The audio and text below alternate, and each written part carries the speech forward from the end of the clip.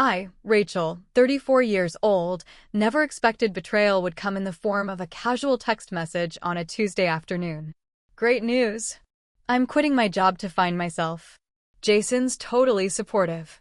We calculated that $2,000 monthly from you should cover our bills while I explore my purpose. Family helps family, right? My sister Amanda's words glowed on my screen, stunning me with their entitlement.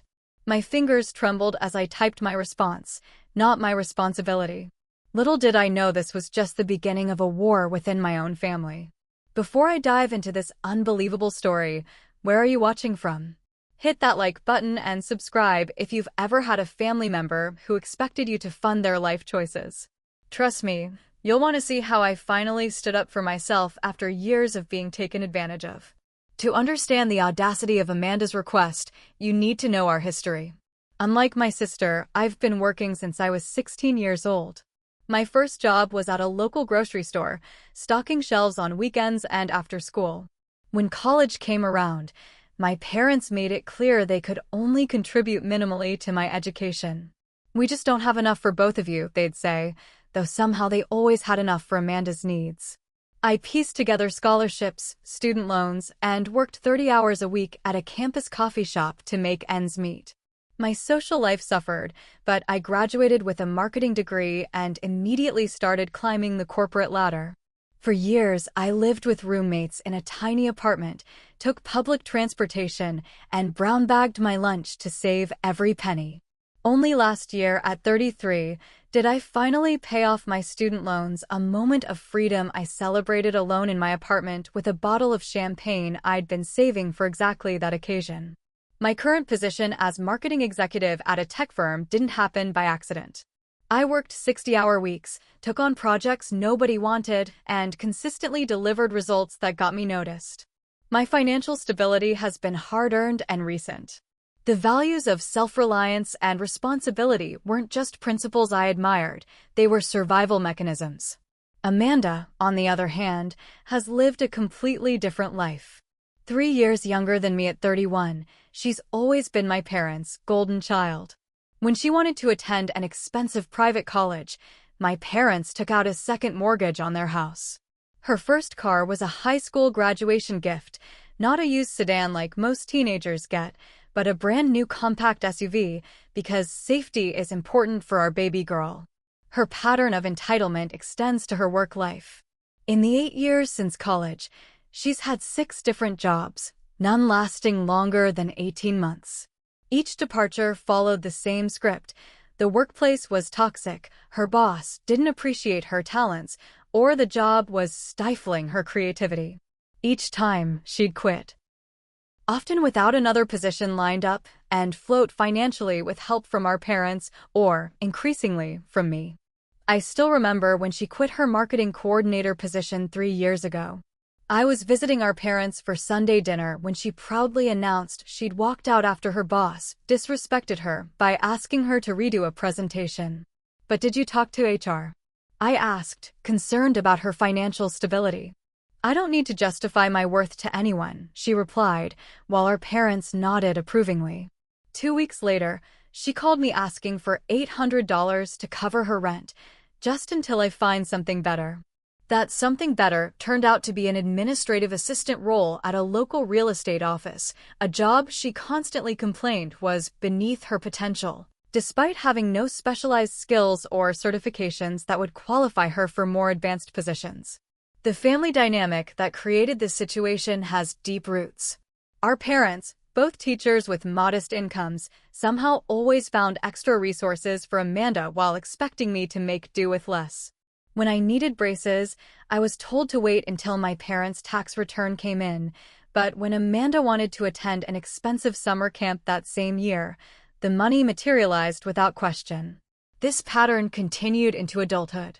At family gatherings, my parents would gush about Amanda's free spirit and creativity, while my career achievements were acknowledged with brief congratulations before the conversation moved on.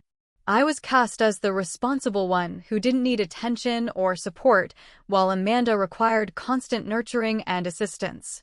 At our last Thanksgiving dinner, Amanda hinted at big life changes coming soon, with a secretive smile, while Jason, her husband of 3 years, nodded enthusiastically beside her. I felt a knot form in my stomach, sensing these changes might somehow involve me, but I pushed the feeling aside. Jason has been a catalyst for Amanda's worst tendencies since they met 4 years ago. A part-time barista with perpetual aspirations to make it big in the music industry, he's perfectly content to live in the house Amanda's parents helped them buy as a wedding gift with a substantial down payment. His contribution to their household seems limited to encouraging Amanda's dissatisfaction with normal work life. Amanda's talent is being wasted answering phones, he told me once at a family barbecue, despite the fact that her job involved little more than that because she'd never invested time in developing professional skills. Over the past year, the requests for small loans from the couple had increased. First, it was $200 for an unexpected car repair. Then $350 for a utility bill they'd forgotten to budget for. Most recently, $1,200 for a once-in-a-lifetime opportunity for Jason to attend a music networking event in Nashville. None of these loans were ever repaid, despite my increasingly direct reminders. Each time I brought up repayment, Amanda would look hurt. "We're family, I thought you were helping us, not keeping score," she'd say, making me feel petty for even mentioning it. Or she'd promise to pay me back as soon as Jason's music career takes off, as though his success was inevitable rather than a long-shot dream he pursued with more enthusiasm than discipline. I later learned that Jason had been systematically reinforcing Amanda's belief that her job was holding her back. "You could be doing so much more," he'd tell her, without specifying what that more might be or how she might prepare herself for it. According to our cousin Morgan, who remained close to Amanda, Jason had been planting the idea that Amanda deserved a sabbatical to find her authentic purpose for at least 6 months before that fateful text message arrived on my phone. When Amanda's text came through, I was in the middle of preparing for an important client presentation. I almost ignored it until my meeting was over, but something about the notification preview, "Great news. I'm quitting my job," made me pause. I opened the full message and my jaw literally dropped as I read. "Great news. I'm quitting my job to find myself. The corporate grind is killing my spirit, and I need time to explore what really makes me happy." Jason's totally supportive and is cutting back his hours at the coffee shop to join me on this journey of self-discovery. We calculated that $2,000 monthly from you should cover our bills while I explore my purpose. You make good money and don't have a family to support, so this shouldn't be a burden. Family helps family, right? We're thinking 6 to 12 months should be enough time. So excited for this new chapter. Love you. Before I could even process this, a follow-up text from Jason appeared. "Hey Rachel. Just wanted to add that this is what family does for each other. Amanda has supported you emotionally through your career stress, so it's time to return the favor financially. We've already given notice at our jobs. Can't wait to share our journey with you. Peace and gratitude." I stared at my phone in disbelief. The audacity was breathtaking. They had already quit their jobs, assuming I would bankroll their journey of self-discovery without even discussing it with me first. And what emotional support was Jason referring to? Amanda called maybe once a month, usually to complain about her job or ask for money. My first response was measured. "This isn't something I can agree to. We should talk about this in person." Within minutes, my phone rang. Amanda was crying before I even said hello. "I can't believe how selfish you're being," she sobbed. "I've supported you through everything, and the one time I asked for help, you shut me down. Amanda, you're asking me for $24,000 or more without any discussion." "That's not a small favor," I replied, trying to keep my voice calm despite the client notes scattered across my desk and the meeting starting in 20 minutes. "It's just money," she shot back, her tone shifting from hurt to indignant. "You're choosing money over my happiness and mental health. I'm suffering in this job, Rachel. Suffering." I heard rustling, and then Jason's voice came on the line. "Your sister is having a breakdown over this toxic work culture," he said, his voice dripping with condescension. "Do you really want to be the reason she stays trapped in a system that's crushing her spirit?" I want to support Amanda's happiness, I replied carefully, but I can't financially support two adults who've chosen to quit their jobs without a plan. We have a plan, Jason countered. Amanda needs space to explore her passions. She's thinking about starting a wellness blog or maybe becoming a life coach. These things take time to develop. And what about your music career? I asked pointedly. That's the beauty of this arrangement, he said, without a trace of irony. I'll have more time to network and create while Amanda finds her path. It's win-win. Except for me providing all the money, I noted. The conversation continued in circles, with Amanda returning to the phone in tears, accusing me of never supporting her dreams and being obsessed with corporate materialism. When I asked about their savings or how they planned to cover expenses if my support didn't materialize, Amanda dropped the bomb that they'd already given notice at their jobs, effective at the end of the month, just 2 weeks away. We didn't think you'd say no, she admitted. Mom and Dad always say how well you're doing. After ending the call with a firm but gentle refusal, I managed to compose myself enough to get through my client presentation. But that evening, my phone lit up with a call from my mother. Amanda is absolutely devastated, she began without preamble. She called us sobbing about how you refused to help her during a life crisis. Mom, she's asking me for thousands of dollars so she can quit her job without a plan, I explained. She needs to find herself, Rachel. Not everyone is wired for corporate life like you are, my mother replied. Your father and I would help more, but we're on a fixed income since retirement. So I should fund her lifestyle because I chose to build a career. I asked, incredulous. Family supports family, my father's voice broke in. They were on speakerphone. When your sister needs help, you step up. That's what we raised you to do. And what about personal responsibility? I countered. Isn't that also something you raised us with? Don't be so cold, my mother sighed. You're all alone in that city, focused on nothing but work. Maybe helping your sister would give you some meaning beyond your job. That comment stung more than I wanted to admit. My parents had often hinted that my focus on career advancement was somehow a character flaw rather than a necessity or an achievement to be proud of. According to their worldview, Amanda's dependence on family was healthy and normal, while my independence was portrayed as lonely and sad. The conversation ended with no resolution, but the following morning, a group text arrived from Amanda. I'm giving you 1 week to reconsider your decision. This is about more than money, it's about whether you value family or not. If you can't support us now, when we really need you, I don't see how we can maintain a relationship going forward. Jason added his own separate text an hour later. I think you're just jealous that Amanda has the courage to break free while you're stuck in the rat race. Sad that you value money over your sister's happiness. Over the next few days, the pressure intensified. My aunt called to check in after speaking with my mother. My cousin sent a text asking why I was being difficult. Even my grandmother, who rarely used her smartphone, sent a message saying she was praying for family harmony. It was as if Amanda had mobilized our entire family to pressure me into compliance. Each night, I went to bed with a knot in my stomach, questioning whether I was indeed being selfish. Was $2,000 a month worth damaging my relationship with my sister? Was I really just obsessed with money, as Jason had claimed? By the end of the week, I was mentally and emotionally exhausted. I lay awake staring at the ceiling, contemplating all my options and the potential consequences of each. Something didn't feel right about the entire situation, but the weight of family expectation was crushing. I needed more information before Amanda's 1-week deadline expired. The turning point came when I decided to dig deeper into Amanda and Jason's situation. My first call was to my cousin Morgan, who had always been close to Amanda but had recently seemed more distant from her. I'm not surprised they asked you, Morgan sighed when I explained the situation.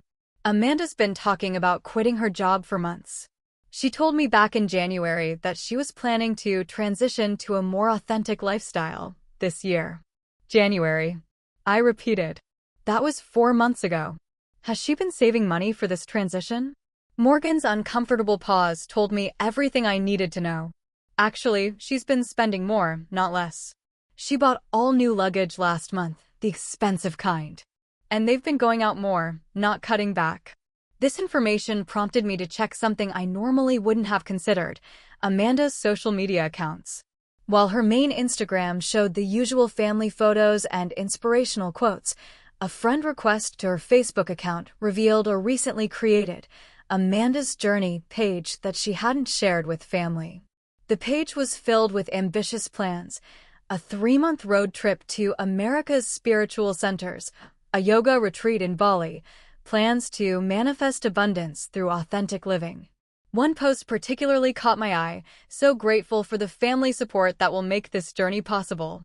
When the universe wants you to follow your path, it provides the resources through those who love you most. The post was dated February 15th, almost 3 months before she'd sent me the text asking for support. Further investigation led me to her Pinterest boards, which were filled with pins of luxury Airbnbs across the country and exotic international destinations. One board titled Our Freedom Year included pins of beachfront properties in Costa Rica and mountain retreats in Colorado, all with price tags far exceeding the $2,000 monthly stipend she'd requested from me. Even more disturbing was what I learned from Lisa, a former colleague of mine who worked at the same real estate office as Amanda. When I cautiously brought up that my sister was leaving her job, Lisa seemed confused. "She's been telling everyone here that you're bankrolling her year off," Lisa said. "She's been planning this for ages.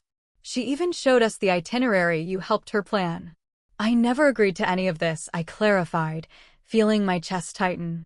"That's weird, because she told everyone at happy hour last week that it was all arranged. She even said you were jealous that she had the courage to escape the 9-to-5. The financial revelations were equally troubling. I sat down one evening and calculated all the loans I'd given Amanda and Jason over the past 2 years. The total came to $15,750, far more than I'd realized. Not a single dollar had ever been repaid.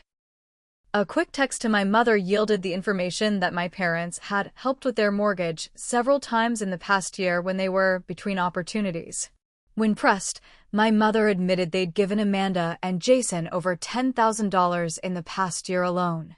My growing suspicion prompted me to ask Morgan about Amanda and Jason's credit situation.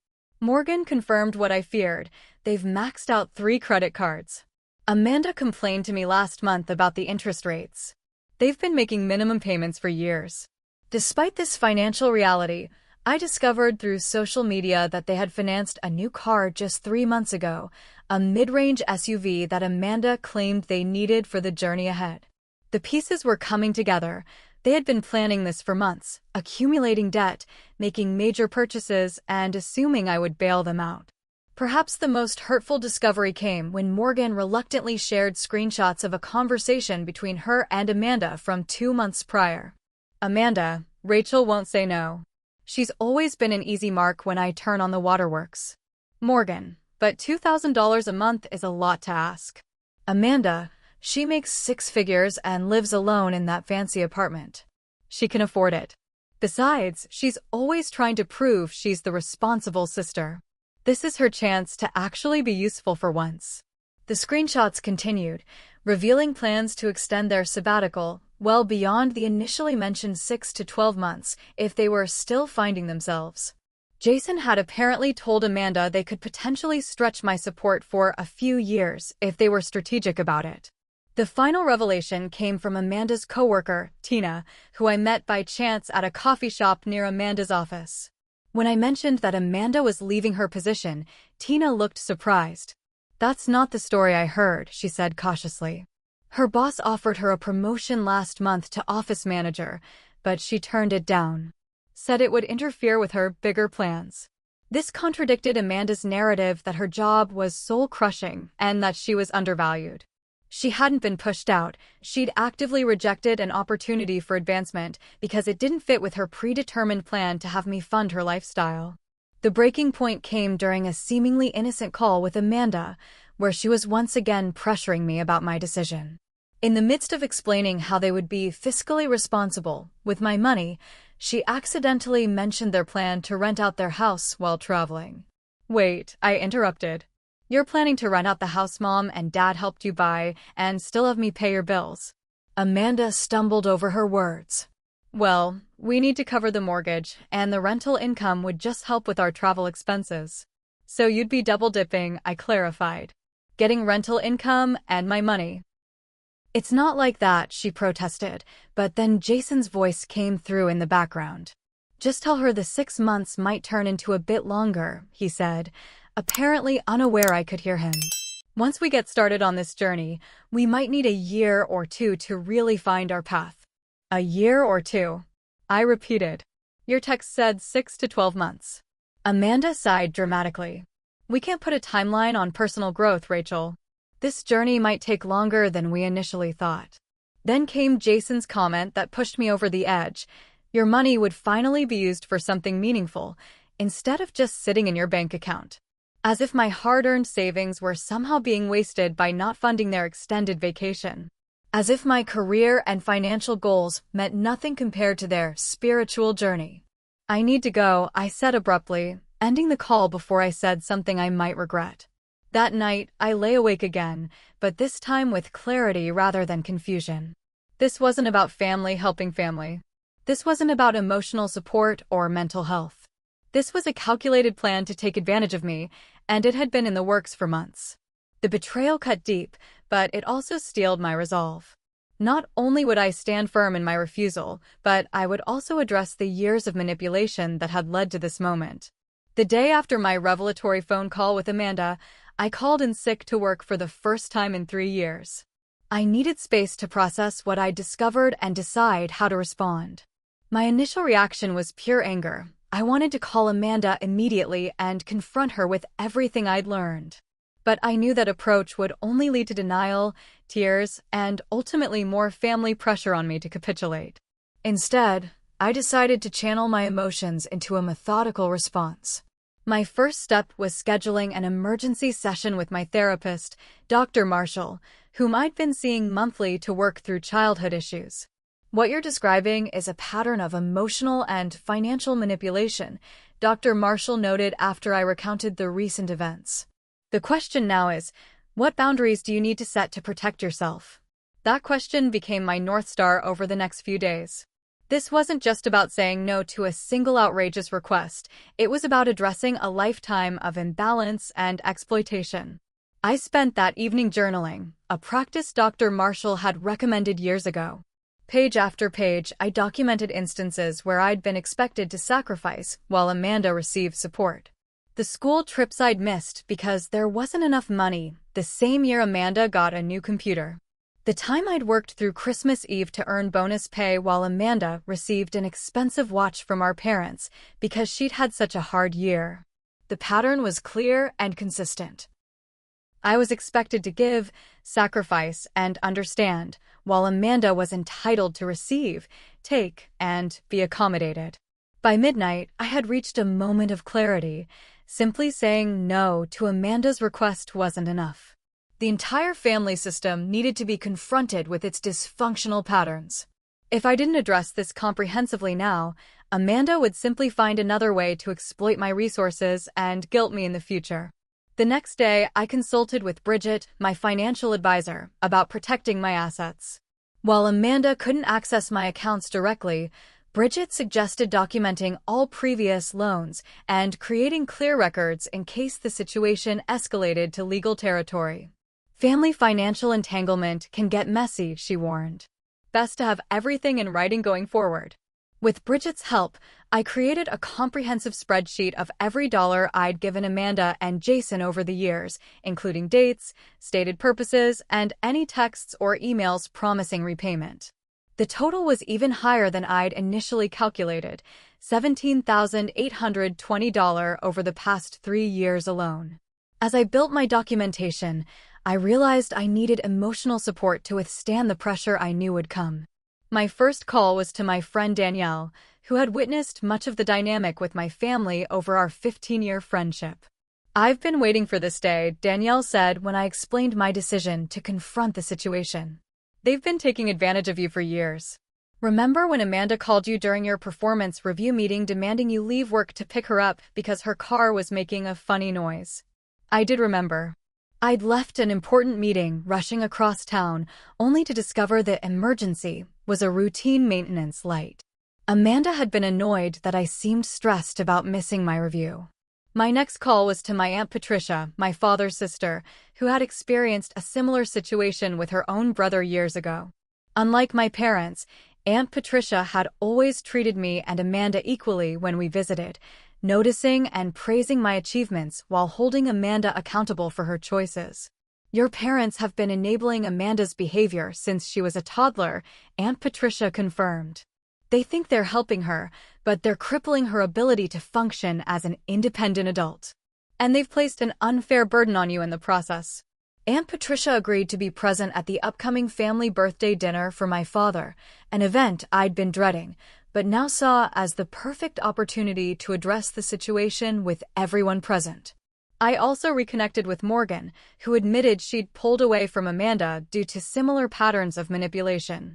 She expected me to babysit on a moment's notice, then got angry when I asked for the same favor, Morgan explained. It was always a one-way street. With my support network in place, I developed a three-part plan to address the situation. First, I would complete my financial documentation, creating copies for my parents and Amanda. The facts needed to be undeniable.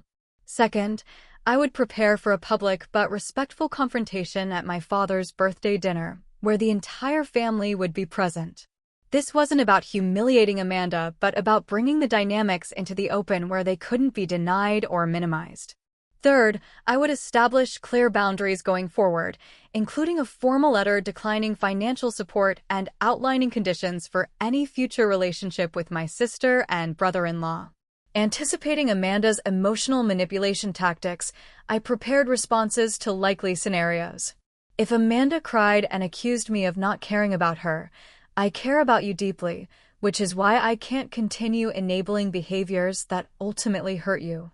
If my parents suggested I was being selfish, "I've contributed over $17,000 to Amanda and Jason in the past 3 years.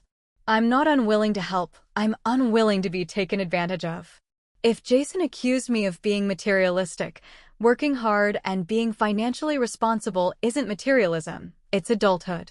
If family members suggested I was overreacting, I have documentation of a pattern of behavior that spans years.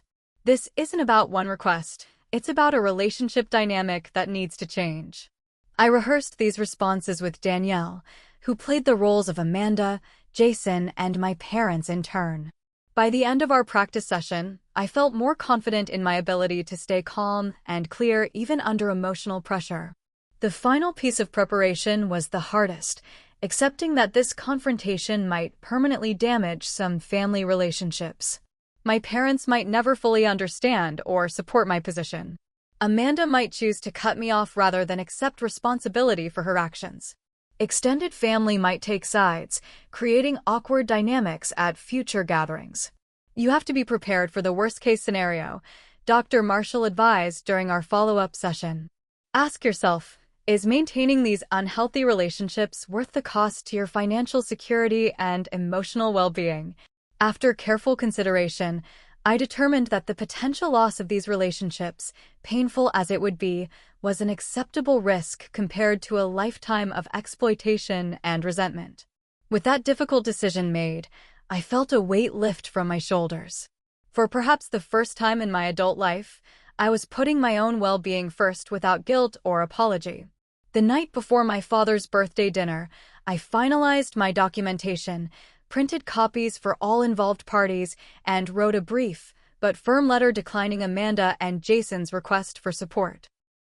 The letter emphasized that my decision was not about lacking love for my sister, but about establishing healthy boundaries after years of one-sided financial assistance.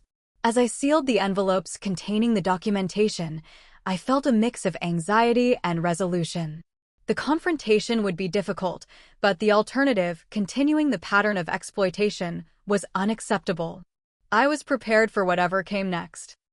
My father's birthday dinner was scheduled for 7 p.m. at his favorite steakhouse. I arrived 30 minutes early to compose myself and strategically chose a seat that would allow me to address the entire table. I placed the manila envelopes containing my financial documentation under my chair, not wanting to show my hand until the right moment. Family members arrived gradually, first my parents, then my Aunt Patricia, who gave me an encouraging nod, then various cousins and my grandmother. Amanda and Jason were the last to arrive, walking in 15 minutes late with an air of casual entitlement that I now recognized all too clearly. Amanda avoided making eye contact with me, while Jason offered a smug smile that suggested he thought my week of reflection had brought me around to their position.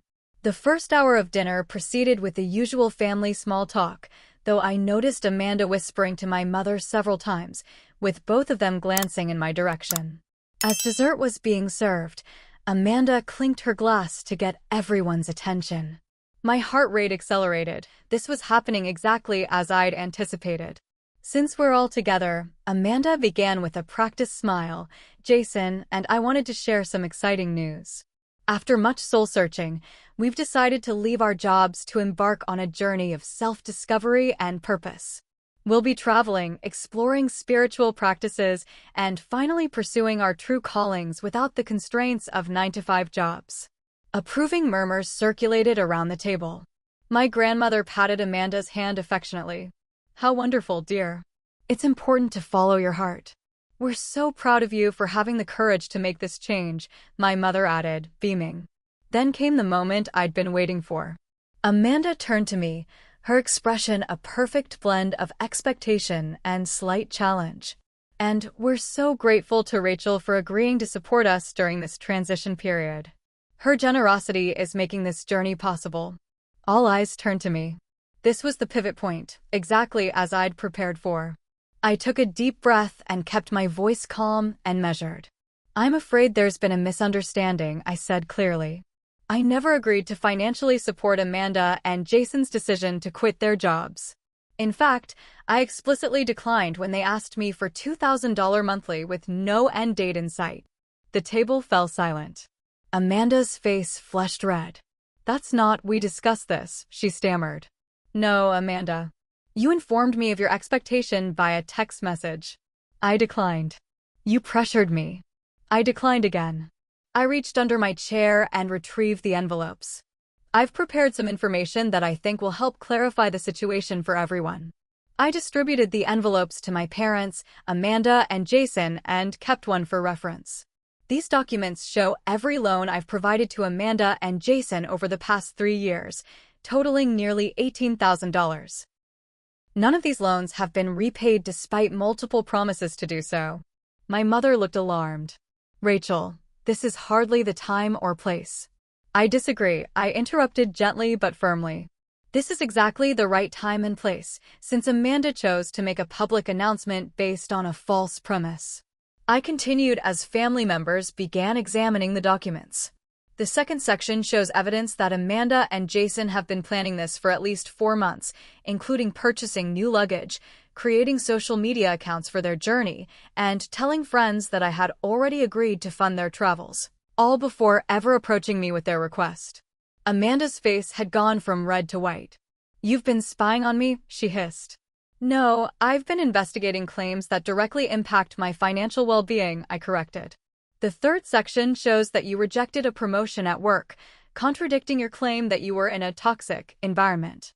And finally, you'll find documentation of your plan to rent out your house while traveling, generating income while still expecting me to pay your bills. Jason stood up abruptly. "This is ridiculous. You're just jealous that we're brave enough to live authentically while you're stuck in corporate prison." I remained seated and calm. "This isn't about lifestyle choices, Jason. It's about honesty, responsibility, and mutual respect, all of which have been missing from my relationship with you and Amanda."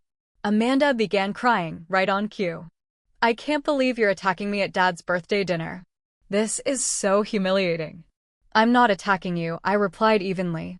"I'm responding to the public announcement you just made claiming I had agreed to fund your lifestyle change, something you knew was untrue." My father looked genuinely confused as he reviewed the documents. "Amanda, is this true? Did you tell people Rachel had agreed to this before you even asked her?" Before Amanda could respond, my mother jumped in. "This is all just a misunderstanding. Let's not ruin your father's birthday with this accounting." "It's not accounting, Mom. It's a pattern of exploitation," I said, my voice finally betraying some emotion. I've been expected to sacrifice and give while Amanda takes and demands more. I'm not willing to participate in that dynamic anymore. Amanda stood up, tears streaming dramatically down her face. I can't believe my own sister would do this to me. You've always been selfish, Rachel, but this is a new low.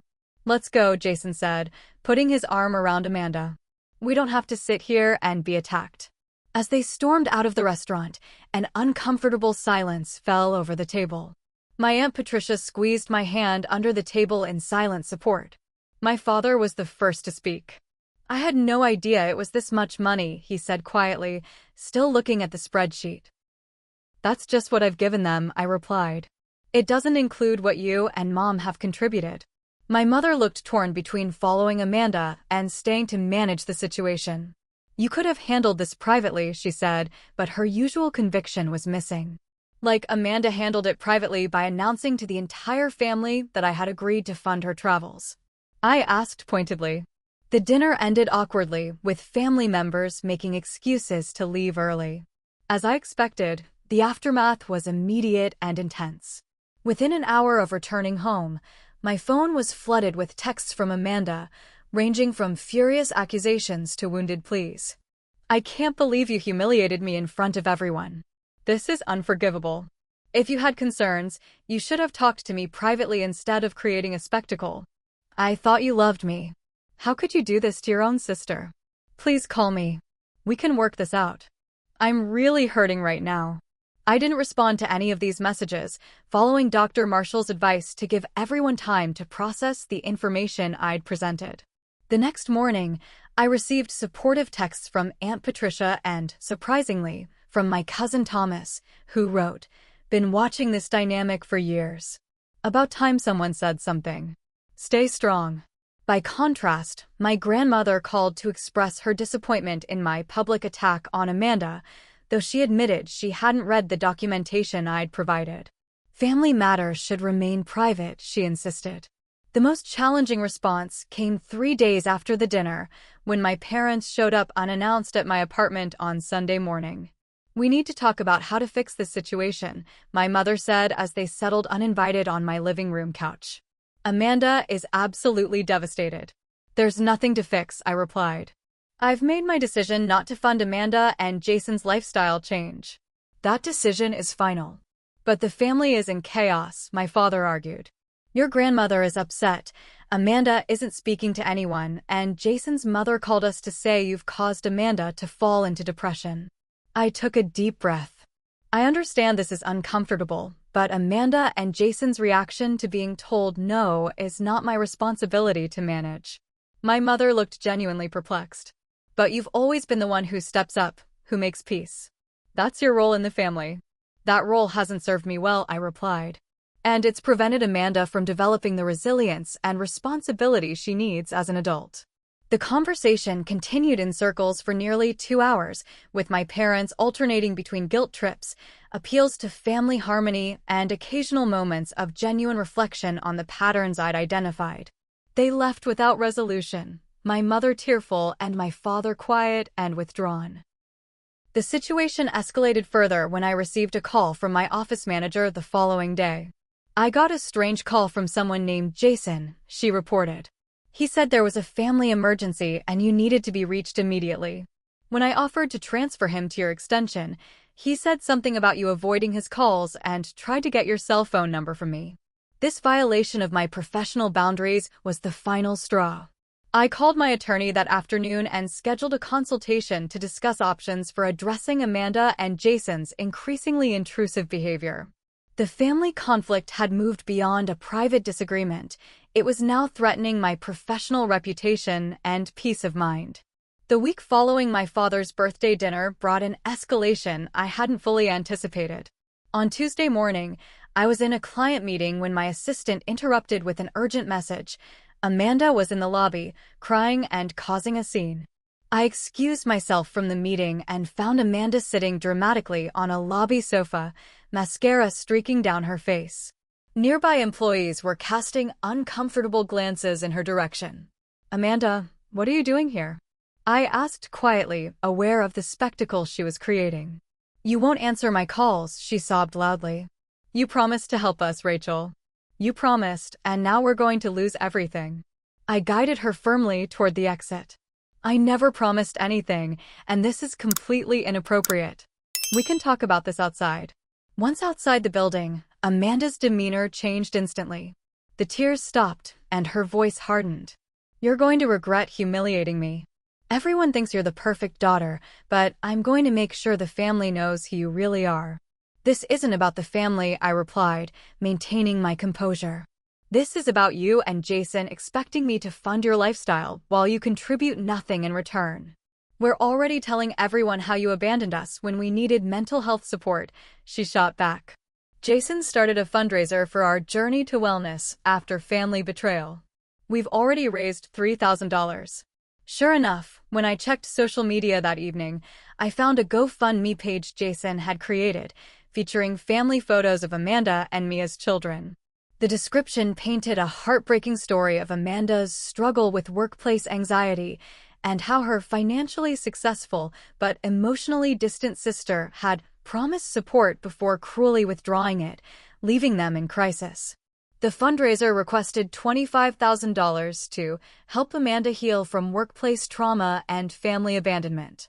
Several family members had already contributed and shared the page, including my cousin's wife and, most painfully, my mother. The following day brought another boundary violation when Jason called my division director claiming there was a life-threatening emergency involving my sister. My director, concerned, gave me the afternoon off, time I spent documenting these escalating incidents on my attorney's advice. The most distressing development came from my Aunt Patricia, who called to warn me that Amanda had been telling extended family members that I was mentally unstable and having a breakdown due to work stress. According to Amanda, my paranoid behavior at our father's birthday dinner was evidence of my deteriorating mental health. She's trying to discredit you, Aunt Patricia warned. If everyone believes you're unstable, they won't take your evidence seriously. I felt a cold anger I'd never experienced before. This wasn't just about money anymore. Amanda was actively trying to damage my reputation and career. The sister I'd grown up with, despite our differences, was systematically attempting to destroy aspects of my life I'd worked hard to build. Just when the situation seemed at its darkest, an unexpected ally emerged. My father called one evening, asking if we could meet privately for coffee the following morning. Wary but curious, I agreed. When we met at a quiet cafe near my apartment, my father looked older and more tired than I'd ever seen him. I've been doing a lot of thinking, he began hesitantly. And reviewing those documents you provided. I owe you an apology, Rachel. Surprised, I waited for him to continue. Your mother and I, we've enabled Amanda her entire life. We thought we were helping her, supporting her creative spirit. But looking at the pattern you've documented, he shook his head. We've done her a disservice. And we've been unfair to you in the process. My father revealed that he'd gone through their financial records and been shocked to discover they'd given Amanda and Jason over $45,000 in the past 5 years alone, money they couldn't really afford as they approached retirement. I always thought it was just occasional help, he admitted. But seeing it all added up. He pushed a sheet of paper across the table, his own spreadsheet of financial support to Amanda and Jason. We can't keep doing this. For our sake, but also for Amanda's. She needs to stand on her own feet. For the first time in my adult life, I felt truly seen by my father. It won't be easy to change these patterns, I warned him. Amanda won't accept this shift without a fight. I know, he nodded grimly. But I'm prepared to help establish boundaries. I've already talked to a financial advisor about protecting our retirement funds. And I'm going to talk to your mother about our approach going forward. My father's support was transformative.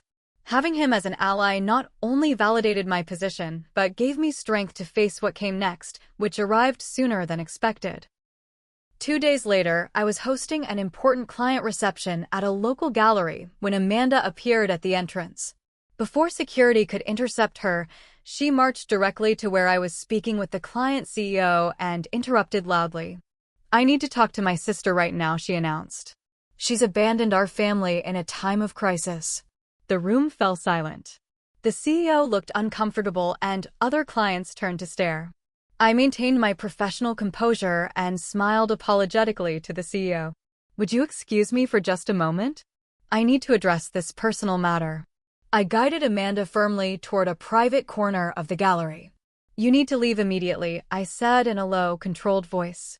Not until you explain why you're destroying our family, she replied, loud enough for nearby guests to hear. We needed you, Rachel. You have all this money and success, and you can't even help your own sister when she's suffering. Security approached, and I nodded to indicate they should stand by. Amanda, you're at my workplace event. If you don't leave voluntarily, security will escort you out. Is that really how you want this to go? Go ahead, she challenged. Prove to everyone what I've been saying, that you care more about your precious career than your own family. I signaled to security, who approached Amanda professionally. Ma'am, we need you to come with us, please. As they escorted her toward the exit, Amanda called out, ask her what kind of person refuses to help her sister's mental health journey. Ask her why she'd rather see her family suffer than share her wealth. After Amanda was removed, I briefly addressed the room. I apologize for the interruption. Unfortunately, sometimes personal boundaries must be maintained even with family. Now, shall we continue our discussion of the new campaign? The CEO looked at me with newfound respect. Handled like a true professional, she commented quietly. Later that evening, I received a text from Amanda threatening consequences for having her forcibly removed from the gallery. This latest escalation, coming after the workplace disruptions and social media campaign, pushed me to take more formal action. The next morning, I met with my attorney, who advised sending a cease and desist letter to Amanda and Jason, documenting the pattern of harassment and workplace disruptions. We also began preparing paperwork for a potential restraining order if the behavior continued. I authorized my attorney to send a formal letter outlining all instances of harassment, the false claims made on the fundraising page, and the workplace disruptions, with a clear statement that any further such actions would result in legal consequences. Additionally, I worked with a financial specialist to create a formal audit of all loans provided to Amanda and Jason, with a demand for repayment or a structured payment plan.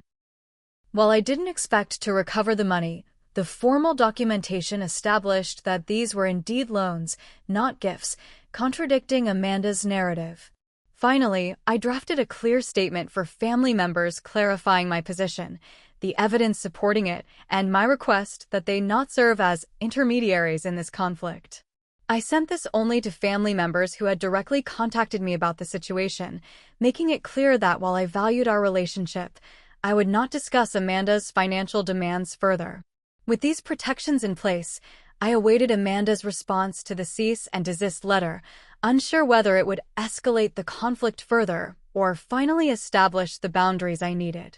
The waiting was difficult, but for the first time in this ordeal, I felt I had regained control of the situation.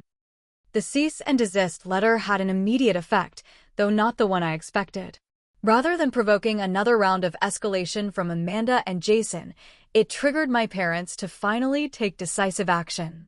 My father called the day after the letter was delivered to inform me that he and my mother had arranged a family meeting at their house that weekend, with Amanda and Jason required to attend. This has gone far enough, my father said firmly. Your mother and I have been talking, and we've decided it's time for everyone to address this situation directly. When I arrived at my parents' home that Saturday, I was surprised to find not only Amanda and Jason, but also Aunt Patricia and my grandmother. Amanda sat stiffly on the couch, eyes red but dry, while Jason slouched beside her with a sullen expression. My mother looked nervous, clasping and unclasping her hands, while my father stood with uncharacteristic authority. We're here to resolve a situation that has gotten completely out of hand, my father began once everyone was seated. Rachel has shown us documentation that paints a concerning picture, and Amanda's recent behavior has crossed several lines. My mother nodded in agreement, a small gesture that nonetheless sent a powerful message that my parents were presenting a united front. With my father's encouragement, I calmly presented the evidence I had compiled, the timeline of Amanda and Jason's planning, the loans never repaid, the fundraiser with false claims, and the workplace disruptions. I spoke factually, without accusation or emotion, letting the evidence speak for itself. When I finished, there was a long silence. Then, to my astonishment, my father spoke up with a firmness I'd rarely heard from him. "Your mother and I have enabled this behavior for too long," he said, looking directly at Amanda. "We thought we were supporting you, but we've actually prevented you from developing independence and responsibility. That ends today." Amanda began to protest, but my father raised his hand. "Let me finish. We've added up what we've given you and Jason over the past 5 years. It's over $45,000, money that should have gone to our retirement. We can't continue this pattern for our sake or for yours." My mother, though visibly uncomfortable, nodded in agreement. "We love you, Amanda. That will never change. But loving you doesn't mean funding a lifestyle you haven't earned." Amanda's face crumpled, and for the first time, I saw tears that didn't seem calculated for effect. "But what are we supposed to do?" she asked, her voice small. "We've already quit our jobs." "You'll need to find new ones," my father replied simply. "And you'll need to live within your means, like everyone else." Jason started to object, but my grandmother, who had been quietly observing, interrupted him. "Young man, I've sat back and watched this situation unfold, and I owe Rachel an apology. I was too quick to judge without knowing the facts." She turned to me with genuine remorse in her eyes. "I'm sorry, dear. You were right to stand your ground." Amanda broke down completely then, not in the theatrical way I'd seen so many times before, but with genuine, body-shaking sobs. "I don't know how things got so out of control," she managed between breaths. "I just thought, everyone always helped me. I didn't think it was wrong to expect it." In that moment, I felt a complex mix of emotions, vindication, certainly, but also a surprising wave of compassion for my sister. She had been shaped by the same family dynamic that had forced me into self-reliance. We had both been damaged by it, just in different ways. "The fundraiser will be taken down immediately," my father said firmly to Jason, who nodded without meeting anyone's eyes. "And you will issue a public apology for the false claims made about Rachel." Jason started to protest, but fell silent when Amanda placed a hand on his arm. "We'll do it," she said quietly. "I'm sorry, Rachel. I really am." The meeting concluded with my parents outlining a new approach to family support. They would help Amanda and Jason with job search resources and resume assistance, but no direct financial support. Any future financial help would be formalized as loans with clear repayment terms. Most importantly, I would not be expected to contribute financially to Amanda's needs, a boundary my parents explicitly endorsed. In the weeks that followed, the transformation in my family dynamic was remarkable. The fundraiser was removed, and Jason posted a brief but clear apology acknowledging that their claims had been emotional and inaccurate. Amanda, after some initial resistance, found a new administrative position at a different real estate office, with slightly higher pay than her previous job. My parents followed through on their commitment to change. When Amanda called asking for help with a car repair the following month, my mother gently redirected her to look into payment plans with the mechanic rather than offering to cover it. It was a small moment, but it represented a significant shift in their approach. My relationship with my parents improved in ways I hadn't anticipated. My father began asking about my career with genuine interest rather than dismissing it as corporate stress. My mother, though she struggled more with the changes, made visible efforts to acknowledge my achievements and respect my boundaries. Perhaps most surprising was the gradual shift in Amanda herself. 3 months after the family meeting, she invited me to lunch, her treat, she emphasized. Over sandwiches at a modest cafe, she spoke with a self-awareness I'd never heard from her before. "I've been doing a lot of thinking," she said, stirring her iced tea. "And some therapy too." Dad insisted, and for once, I think he was right. She looked up at me with clear eyes. "I've been entitled my whole life. I never saw it before because everyone always gave me what I wanted. But that's not how the real world works, is it?" "No," I agreed gently. "It's not. I'm never going to be like you, Rachel," she continued. "The corporate climb, the ambition, that's not me. But I do need to stand on my own feet. I'm learning that now. 1 year after the text message that had started it all, the transformation in my family was remarkable. Amanda was still working at the real estate office and had recently been promoted to transaction coordinator, a position she took pride in rather than dismissing as beneath her potential. Jason, after several false starts, had secured a full-time position as an audio technician at a local studio, not his rock star dreams, but a legitimate career in music that paid the bills. My parents had begun working with a financial advisor to rebuild their retirement savings, and my father had developed a new hobby of woodworking that gave him purpose beyond enabling Amanda's latest crisis. My mother still occasionally slipped into old patterns of making excuses for Amanda, but caught herself more often than not. As for my relationship with Amanda, we were taking small, careful steps toward rebuilding trust. The emotional intimacy we'd shared as children was gone, perhaps permanently, but in its place was growing a more mature relationship based on mutual respect rather than exploitation. The most profound change, however, was within myself. I no longer felt guilty for my success or responsible for solving everyone else's problems. I had learned to set boundaries without apology and to recognize manipulation for what it was. The hard-won lessons of this experience had transformed me from the designated family fixer into someone who valued her own well-being alongside others. During our most recent family dinner, as I watched Amanda helping to clear the table without being asked, a small but significant sign of her growing maturity, I reflected on the painful journey that had brought us here. The entitled text message that had started it all had ultimately led to healing and growth none of us could have anticipated. Sometimes true love for family means having the courage to say, "Not my responsibility," when enabling would only cause harm. Sometimes the hardest boundaries to set are the ones most necessary for everyone's well-being. And sometimes, the family dynamics we accept as normal are the very patterns that need to be broken for authentic relationships to flourish. Have you ever had to set difficult boundaries with family members who felt entitled to your resources? How did you handle the situation, and what was the outcome? I'd love to hear your experiences in the comments below. If this story resonated with you, please like, subscribe, and share it with someone who might be struggling with similar family dynamics. Sometimes knowing you're not alone in these challenges makes all the difference. Thank you for listening to my journey, and remember, loving someone doesn't mean sacrificing your own well-being. Your own well-being. Your own well-being. Your own well-being. Your own well-being.